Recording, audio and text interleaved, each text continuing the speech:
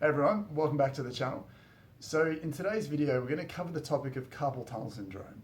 And we're going to talk about what carpal tunnel syndrome is, which some of you may already know. But we're going to go through one or two exercises to help treat the symptoms of carpal tunnel syndrome. Some things that I find work really well clinically that tend to get results and get them relatively quickly. But as we do with every video, basically, we want to give you some things to help treat the symptoms, but we also want to initiate a conversation about why those symptoms are there in the first place. And one of the failings, I guess, of modern medicine and the industry as a whole is that we're very good at focusing in on that carpal tunnel area, being really obsessed by the symptoms, doing everything that we can, including drugs, medications, surgeries, injections, things that with the best intentions to help relieve your symptoms, but we're not taking a step back and also working hard on the things that have caused those symptoms to be there. So if you hang around towards the end of the video, we're going to go through maybe one or two really crucial concepts that cover why carpal tunnel tends to happen, why it hangs around, and what you can do to make sure that you get it to go away faster and stay away. We want to get you to the point where you used to have carpal tunnel syndrome. You're not someone who's hoping that it doesn't come back at some point. We're going to take the uncertainty out of it and just give you some specific direction to focus on and to work towards. So as you said, the idea with carpal tunnel syndrome, it's really simple. There's an anatomical area called your carpal tunnel, and what that is basically is it's created by the floor and the sides of that are your carpal bones, the bones of at the base of your hand and the wrist, and those bones basically are covered, or there's a connective tissue that runs over the top that connects from one side of your hand to the other, the base of your hand to the other, and it forms the roof. And in between that goes the median nerve, which is a nerve that comes from your neck, runs out through your armpit, down through the center of your forearm, through that gap, and it supplies generally the main three fingers, or the middle three fingers, sorry, of your hand. So classic symptoms tend to be the neural symptoms like burning, tingling, numbness in those three fingers. You can get it on the inside of the other two fingers potentially, but generally if you had some issues with that part of your hand, we tend to see that as more of a sign of carpal tunnel syndrome. And it's often characterized by people who sort of have to flick their hands, trying to get some blood flow back into the area. But in actual fact, it's just an expression of that nerve dysfunction in a local area at the base of your hand. So as we said before, one of the issues about this is that because we're so very confident, we've got a name for it, there's a location, and the mechanisms of that cause the specific local dysfunction is quite well known. That's where most of our focus is on. So the amount of people that end up having carpal tunnel surgery or a release of that sort of carpal tunnel area to feed some more slack into the area to help settle their symptoms is quite high. But as we said before, just treating this area neglects everything else, because carpal tunnel syndrome doesn't just happen for no reason at all. There's a very basic reason that causes it, but the things that cause carpal tunnel syndrome don't stand out. They're not something that you'll probably see or notice occurring until you get to the point where you start to get some carpal tunnel symptoms. And that's indicative of a lot of dysfunction that we see, where you don't know there's a problem until there's a problem, and all the underlying issues that have to build up to get to that point go completely unnoticed because no one's supposed to care about them. No one knows to look for something that you don't know is there. So hopefully, again, by the end of the video, you'll have a good understanding of that. So I guess to begin with, to respect the symptoms that you've got, there's two really simple things that I like to do for patients with carpal tunnel syndrome, and they tend to center on the forearm itself. So anyone who has carpal tunnel syndrome, you'll find that a lot of the musculature in the forearm here can get really tight. And again, it can put extra tension and sort of pressure through that wrist and forearm. It can decrease the space that nerve has to work and slide and glide in and out of that area really simply. And we can sort of feed a bit more slack into that area and take some of the pressure and the tension away from that. Now, the first way to do that is basically with your hands. So if you have some moisturizer or something just to decrease the friction, what you can do with your fingers or your thumb or fingers, you can go hunting in those forearm muscles for areas of tightness and tenderness. And again, as we'll get to in a little bit with the cause of carpal tunnel syndrome, we're not always just interested in what feels tender, although that is important. We're also looking for tightness that may not be tender to touch. It may not even give you some symptoms, but we're looking for something that feels knotted up, thicker than it might on the other side, for example. So if you remember that median nerve tends to go straight through the center or the middle of that forearm, either side of that, you've got your, if you make a fist and sort of bend that wrist towards you, you'll tend to build up some of these muscles on the inside half of your forearm. Those muscles can get quite tight. So just digging into those areas, digging your fingers in and sort of moving it backwards and forwards, trying to shear free any connective tissue that's glued down into that fascia that's tight or restricted, and try and free up as much of that mechanical restriction as possible. As we move to the other side, we'll tend to get the muscles that attach to the outside of the elbow, which tend to extend the wrist, but there's one that sort of goes down the outside of that forearm that we can also get to. But the idea here is that you want to try and look for things that feel tight and tender and get rid of them if you feel anything. You can also do that with the ball. So if you don't like digging your fingers in, or you don't feel like it's giving you the right amount of pressure or tension, tennis ball or a lacrosse ball or a baseball, something round is really good to use. Just be aware that something like a tennis ball can slide off easily.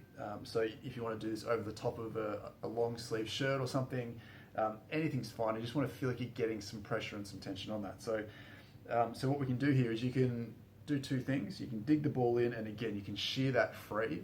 What you can also do to make it extra effective is dig it in and then twist it. So you're basically twisting it to take up some of the slack of the skin, and then it allows you to make a bigger change in the soft tissue around that area. So again, if you're putting some pressure through here and you're feeling your symptoms flare up, definitely respect them. It doesn't mean that you're doing anything wrong, because what can happen is if you're on a spot and you're really digging in there respectfully, trying to free that up, and if you feel like there's some symptoms in your fingers brewing, if you keep doing that for a few more seconds and you feel like those symptoms start to regress, then you're clearly doing something worthwhile. On the other hand, if your symptoms don't regress, but putting some pressure on a spot flares up your symptoms, then you know that that particular part of the whole machine is important. So if it's too intense to use a ball, then come back to maybe some more gentle massage, but do something to try and free up that part of your forearm. But just by using your fingers or a ball, you can automatically, or you should automatically feel that there's increased mobility in that area. And that's just going to feed some mechanical slack to that part of your hand and wrist, take some of the tension off, and over time help those symptoms settle.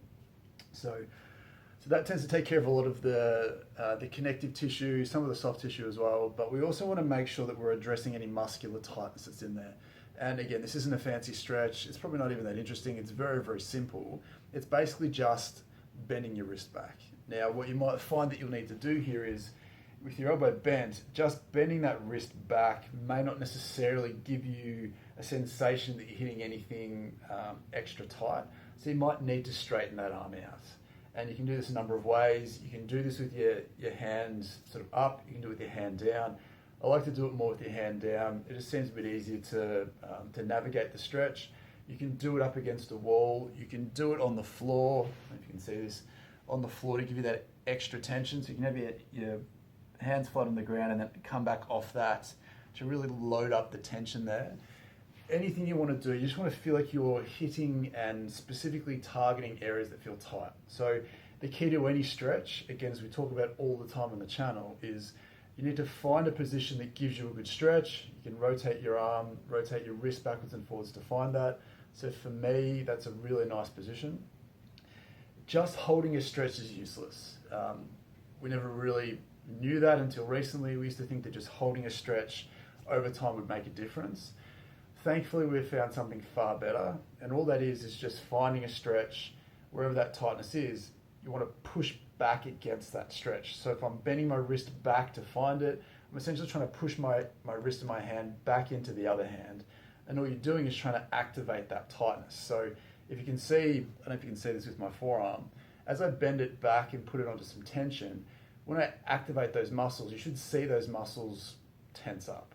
That's what we want. We want to get your brain and nervous system involved. You want to hold it for 5 to 10 seconds. And then when you relax, you should actually feel like you've got a little bit more movement or room to move in that stretch. And then same thing again, tense those muscles up again, hold it for a few seconds, 5 to 10 seconds. And then when you relax, you should find it goes a little bit further. You've got a little bit more range of motion there. And again, in terms of the ability to bend my wrists, this one feels like it's freer straight away, and it should always feel that way. You should always feel like you've done something, because if you don't see a change, you haven't made a change. So anything that you do as someone trying to improve your flexibility, if you're not seeing an immediate change, then you're wasting your time. And either what you're doing isn't necessarily hitting the right areas, or you might need to just tweak how you do the exercise, making sure that you contract those muscles when they're on stretch so that they pull apart, your brain relaxes them, and then you can introduce more range of motion instantaneously. So in terms of the symptoms, by really going after a lot of the soft tissue and connective tissue of that forearm, you can feed a lot of slack into that carpal tunnel area and allow that to function better. So you can do the same thing through your hand if you want to, but traditionally there's a lot of tightness in this area that sets that up to fail. So those two exercises I find really helpful to try and get to some of the everyday symptoms of carpal tunnel syndrome. But as you said, more importantly, we need to have a conversation about why those symptoms are there in the first place. What's conspired against you to make that completely normal structure, that completely normal area and anatomy turn bad? What's gone wrong to cause that? And if you've been following these videos a lot, you'll understand hopefully that the majority of problems that happen with the upper limb consequently stem back to a problem with your neck and upper back. You can't have a lot of traumatic problems, so problems that just come out of nowhere. If you fall and land on something or get hit by something, then clearly an accident can be bad enough to surpass your tissue's tolerance. But the majority of problems that people have, particularly with their upper body, they come on gradually. There's not really a moment that kicks it into gear. It's just something that it just builds up and builds up to the point where it's there and it just doesn't go away on its own. And the reason for that generally comes back to more of a central problem.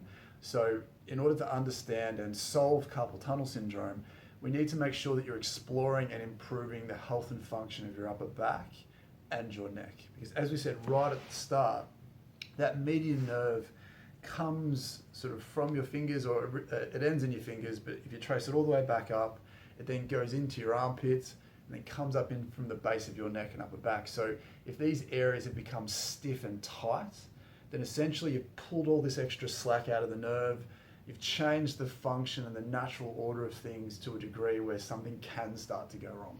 So if you're just treating the symptoms of what's gone wrong and not undoing the dysfunction that's occurred up here, then again, we're not solving anything, and we're not putting you in a position where you can be someone who used to have carpal tunnel syndrome. So again, if you follow us, if you follow the channel, you know really well, one of the best exercises we've ever seen to free up the neck and upper back is using a ball. So the same ball that you used down here, you can use to your neck and upper back.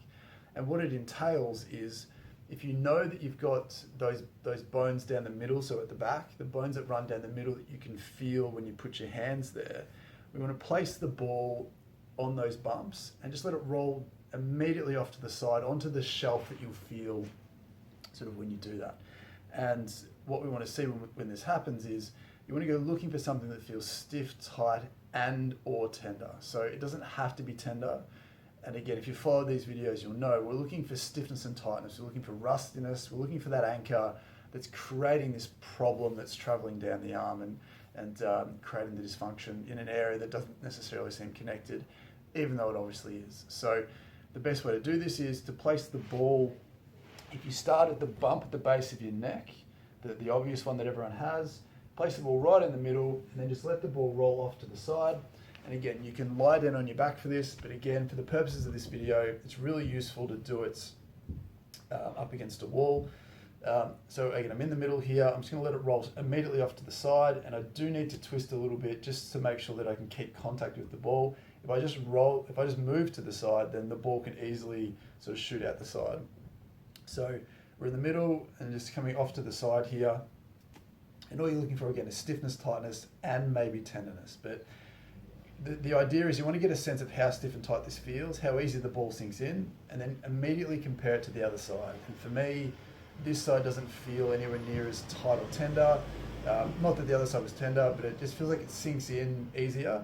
And when I come back to this side, it doesn't feel like it sinks in as well. And if I press here, and if I felt some symptoms into those fingers, for example, then you'll know really quickly which particular segment or which level you need to spend the most time on to free that up. So all the exercise is that you want to find that spot and stay here. So if you've got some TV to watch, if you've got a book to read, something to do on your phone, again, you can do this lying down. It's a really relaxed exercise. It's very easy, but we want to get you to spend time here. So 1 minute, 2 minutes, 3 minutes, as long as you can be bothered until you feel that these areas become less stiff and tight. Once you've done that, then just move the ball down a little bit or up a little bit. Go hunting for the next area that feels stiff and tight for you. Now, I'd highly recommend making sure that you go down to about the mid-shoulder blade area, because as soon as you get to that upper back, not only do you have the spinal joints that can get stiff, but you have all these rib joints now that attach into that spine that can also be a silo for stiffness as well, or a place for stiffness. So you want to make sure that when you come down onto the upper back, that you start in the middle, roll off to the side to hit the shelf where the spinal column is. You'll be on the joints. Once you spend some time here, you want to move out again further so you can hit the ribs. And again, you'll find there'll be a whole bunch of ribs that are stiff and tight as well.